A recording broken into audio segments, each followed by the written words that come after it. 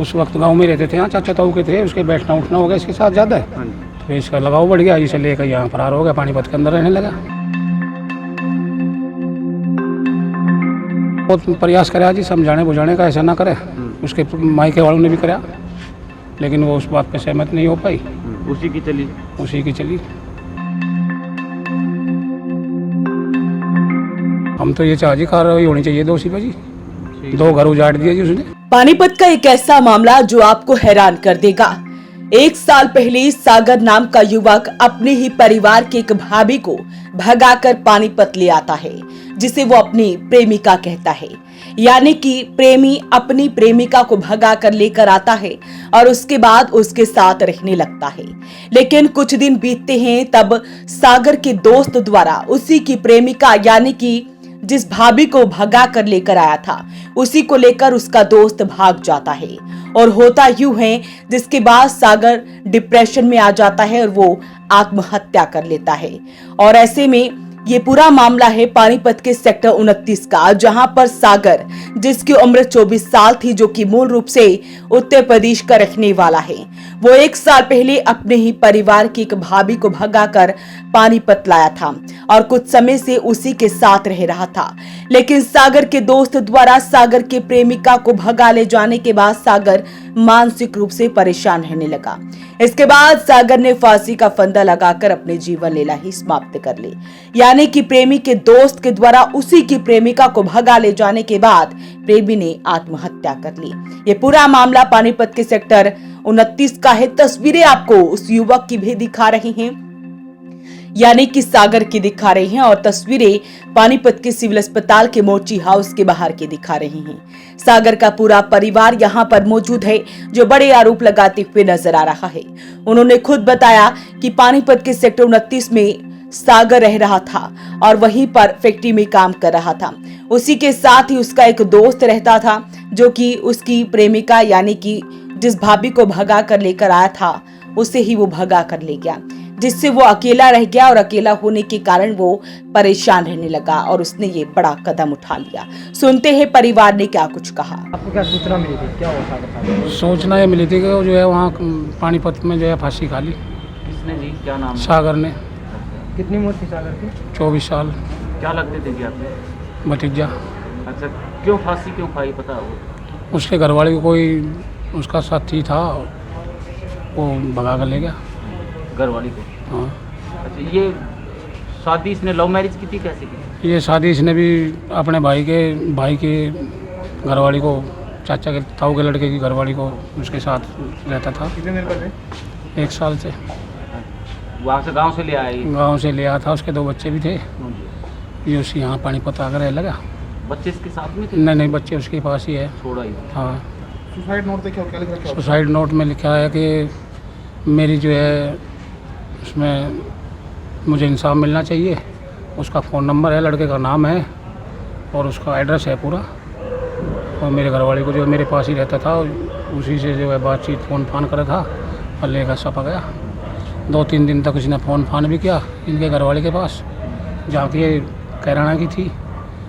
उन्होंने कोई सूचना दी नहीं, उन्होंने कोई वो करा, तो ये फांसी खा कर मर गया।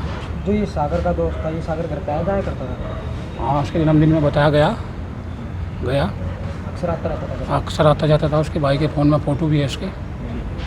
ऐसा तो नहीं इनके साथ, सागर के साथ ही काम करता था वो फैक्ट्री? ये तो जी हम नहीं कह सकते, क्योंकि हम यहाँ आए नहीं, कभी देखा नहीं। करता होगा जरूर, जब भी उसके पास ही रहता था वो वहाँ। इससे कितनी बड़ी थी जी ये भाभी इसकी? लगभग सेम ही उम्र थी जी, थोड़ा बहुत ही अंतर होगा, 2-4 साल, 2-1 साल का।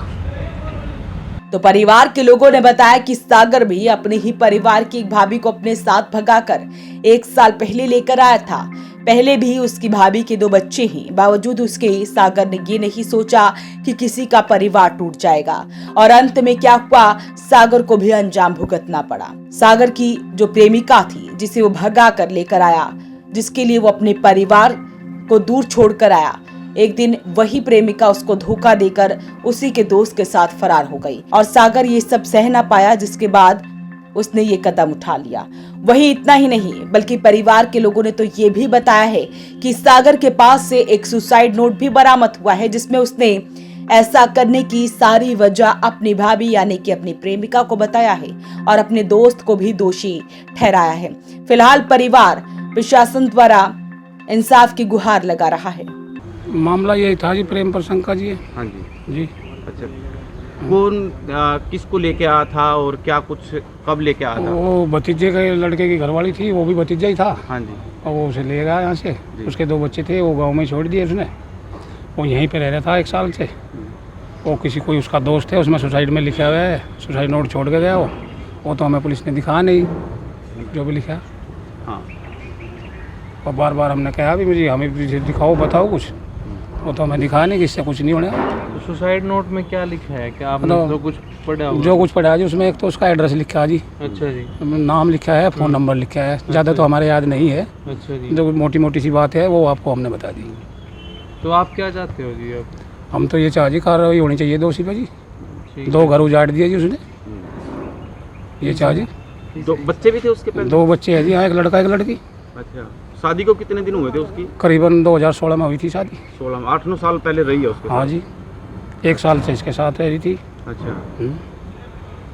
तो ये गांव में रहता था उस वक्त? उस वक्त गांव में रहते थे, हाँ, चाचा ताऊ के थे। उसके बैठना उठना हो गया इसके साथ ज़्यादा है, हाँ जी। तो फिर इसका लगाव बढ़ गया। इसे लेकर यहाँ फरार हो गया, पानीपत के अंदर रहने लगा। पानीपत आ गया। हाँ, फिर परिवार के लोगों ने बोला नहीं भाई ऐसा? कराया, बहुत प्रयास कराया जी समझाने बुझाने का, ऐसा ना करे।